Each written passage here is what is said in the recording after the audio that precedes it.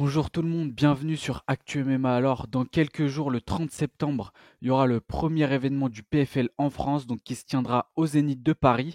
Donc là, ces derniers temps, on sent vraiment que le PFL, il cherche à se développer et à devenir encore plus grand. Le PFL Paris, d'ailleurs, il y a une grosse carte. Au total, il y a 5 combattants français. Donc voilà, aujourd'hui, on va un peu parler de tout ça. C'est parti.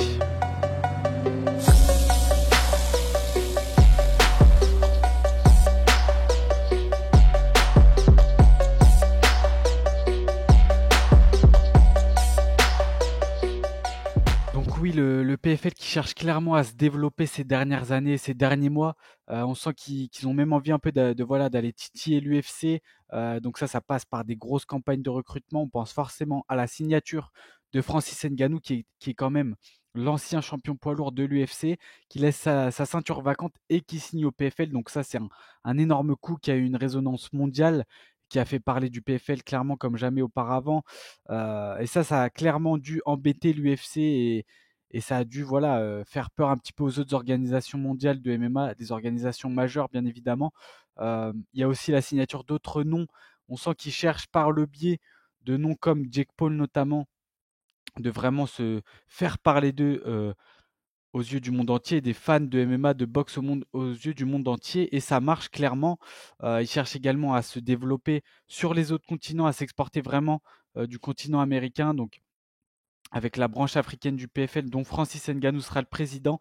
Il y a également la branche européenne du PFL avec la tenue d'événements majeurs. Donc en France, justement, ce premier événement du PFL en France qui aura lieu au Zénith de Paris, c'est voilà pour voilà, développer leur organisation ailleurs dans le monde, et ça marche clairement.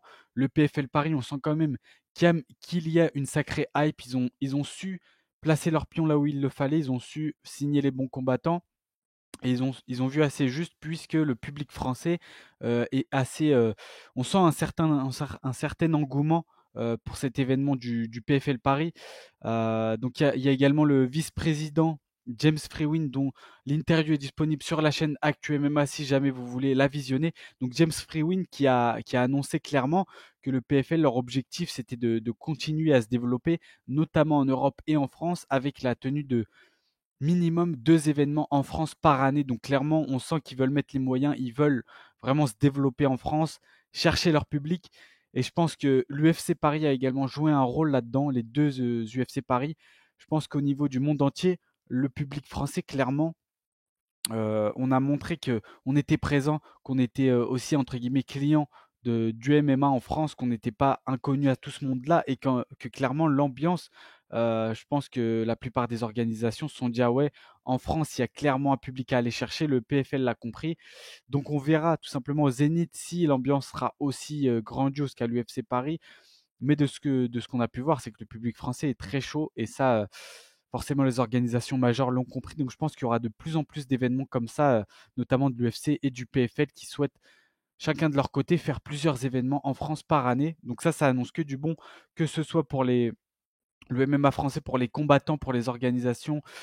C'est vraiment quelque chose qui est bénéfique en tout cas. Et donc oui, je disais que clairement le PFL, on sent que pour le PFL Paris, il y a une certaine hype, il y a un certain engouement de la part des fans français. Et je pense que tout simplement, le PFL a vu juste, ils ont signé des bons combattants. Cédric Doumbé notamment, qui en France fait énormément parler de lui, pardon, avec son trash talk, etc. C'est également un combattant qui est très connu sur la scène mondiale.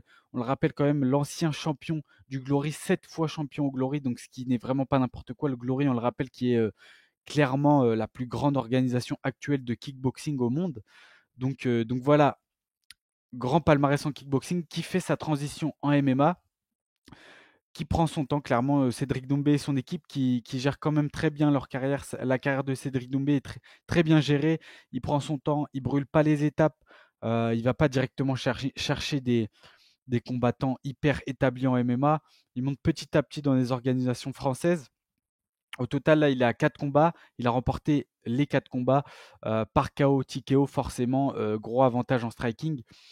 Mais on voit qu'à la salle, quand même, il travaille énormément sur son jeu au sol, sur son grappling, sur sa lutte. On a vu qu'il avait un sprawl vraiment très puissant. Il est sur ses appuis. Son striking également s'adapte beaucoup plus au MMA. Donc c'est très intéressant, mais on l'a pas encore vu. Et c'est ce que beaucoup de fans finalement reprochaient un petit peu à Cédric Doumbé, c'est qu'il ne combattait encore pas l'élite. Et je pense que tout simplement les fans sont impatients, mais que Cédric Doumbé gère bien sa carrière et il a raison de le faire comme ça, de ne pas brûler les étapes. Mais là, clairement, au PFL Paris, durant le main event, il va faire face au plus gros test de sa carrière en MMA, donc Jordan Zebo, qui est jeune, 22 ans, qui lui aussi a 4 combats, 4 victoires, 2 par décision, une soumission, un KO. C'est Jordan Zebo aussi qui clairement est un énorme test pour Cédric Doumbé parce qu'on l'a vu, qui clairement a une lutte hyper explosive. Il a des takedowns explosifs, pardon, un bon timing. On a même vu qu'il a carrément fracassé une cage. Donc clairement, Jordan Zebo, c'est très puissant, qui s'entraîne au MMA Factory, donc forcément avec d'autres grands noms, Cyril Gann, Nassourdine Imavov, c'est voilà, un combattant qui a aussi quand même le vent en poupe et c'est une opposition de style, ce qui fait que ce combat clairement peut répondre à beaucoup de questions et c'est pour ça que les fans au premier abord sont hypé par ce combat. Et c'est là que le PFL a vu juste. Ils ont vu que Cédric Doumbé faisait beaucoup parler de lui en France. Donc forcément, ils ont tapé juste là-dessus. Et je pense que c'est ce qui fait que le PFL Paris a autant d'engouement. En plus de ça, Cédric Doumbé qui sait vendre les combats. Clairement, gros trash talker. On a vu qu'il avait envoyé un matelas directement au MMA Factory à Jordan Zebo pour provoquer un petit peu beaucoup de vidéos, beaucoup de déclarations sur les réseaux sociaux, etc. Je pense que voilà, Doumbé, c'est quelqu'un qui sait vendre les combats et qui a peut-être besoin aussi de se mettre la pression en voilà, en trash talkant, en parlant, en disant voilà, toi, je vais te mettre KO au premier round. C'est son fond de commerce un petit peu et clairement, ça marche pour lui et ça fait vendre. Donc, c'est très intéressant. En face, Jordan Zebo qui répond pas trop, qui est plus calme, qui a un tempérament voilà plus calme, plus discret, mais quand même très confiant. D'ailleurs, on a pu le voir sur l'interview qu'on a faite avec Jordan Zebo sur Actu MMA, l'interview qui est toujours disponible. On le voit très très calme, mais très confiant, qui se laisse pas forcément déstabiliser par le trash talking. En tout cas, lui, il est prêt à répondre dans la cage. Et voilà, en tout cas, ce combat qui sur le papier, grosse opposition de style, donc très intrigant et qui clairement donne envie aux fans de regarder ce PFL Paris. Donc sur ça, très gros combat. Ensuite, il y a aussi Abdul Abdouragimov qui va faire tout simplement ses débuts au PFL durant le PFL Paris. Donc qui n'a pas combattu, Abdouragimov qui n'a pas combattu depuis un petit moment, depuis janvier 2023. Donc lorsqu'il a pris la ceinture middleweight à Rafal Haratic. Donc clairement, là, c'était un énorme upset. On se rappelle très bien qu'il était face à un combattant beaucoup plus lourd que lui, qui en plus était déclaré dopé par la suite. Donc il se fait dominer pendant le combat via le sol, etc. Cinquième round, on se rappelle, soumission qui arrive comme un cheveu sur la soupe. Il surprend tout le monde, il prend cette ceinture.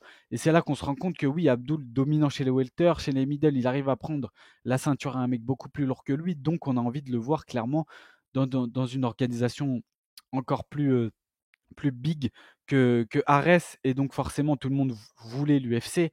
Finalement, ça ne s'est pas fait, pardon. Il y a eu des difficultés contractuelles, etc.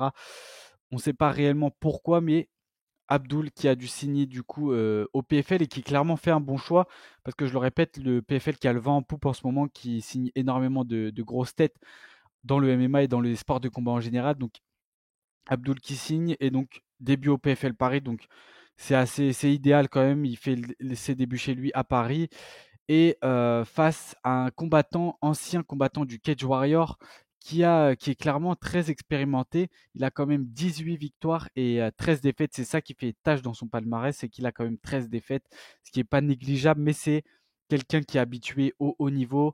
Comme je le rappelle, il était au Cage Warrior, donc c'est quand même une organisation qui a fait naître de nombreux champions même de l'UFC. Donc on pense à forcément Conor McGregor, mais il y a également Morgan Charrière, plus récemment, qui a signé à l'UFC, qui était tout simplement l'ancien champion poids plume du Cage Warrior. Il signe à l'UFC et il nous fait une énorme perf à l'UFC Paris contre Zekini. Mais voilà, tout ça pour dire que Brad Wheeler, c'est pas n'importe qui, même si son palmarès, voilà, quand même 13 défaites, ça fait tâche. Sur le papier, Abdul, par favori, il a clairement les armes, mais il faudra quand même se méfier de Wheeler, de son sol, qui a quand même 11 victoires sur 18 par soumission. Donc clairement, c'est pas non plus, il est pas né de la dernière pluie, il faudra faire attention. Donc voilà, en tout cas, juste le fait de voir Abduragimov, pardon, ça fait vraiment Je pense que ça donne tout simplement envie aux fans français de voir aussi cet événement. Il y a également Anthony Salamone.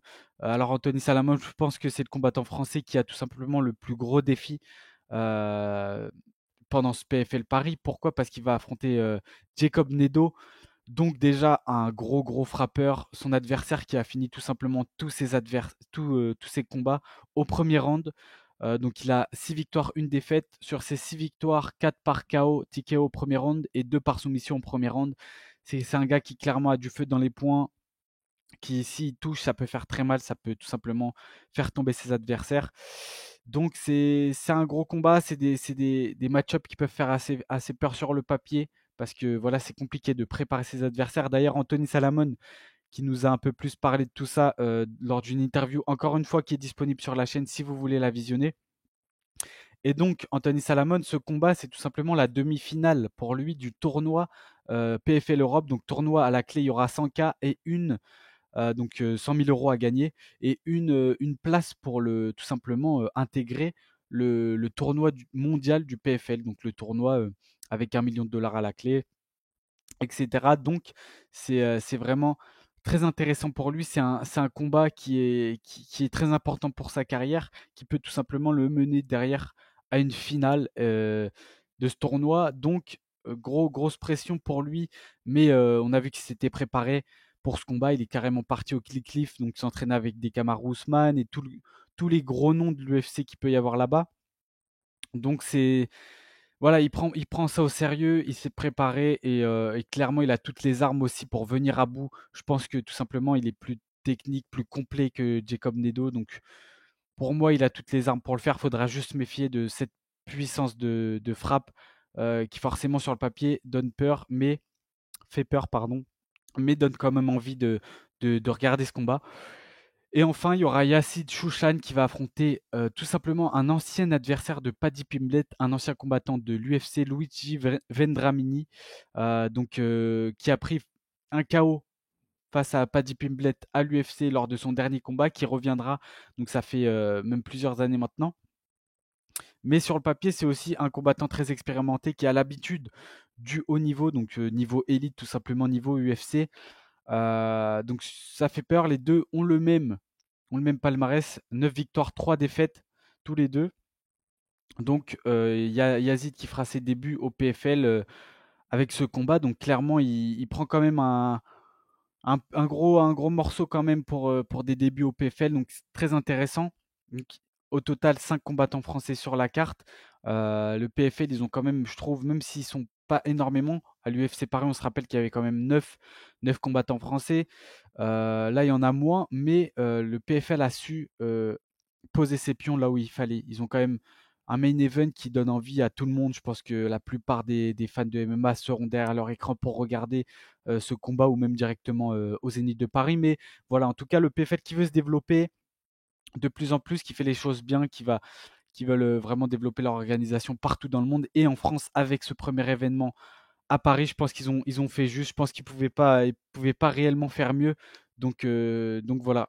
Donc voilà, si vous avez apprécié ce contenu, n'hésitez pas comme d'habitude à liker, commenter, partager et surtout activer la cloche pour ne surtout pas manquer les prochaines vidéos sur Actu MMA. Voilà, c'était Lorenzo et nous on se dit à très bientôt. Ciao.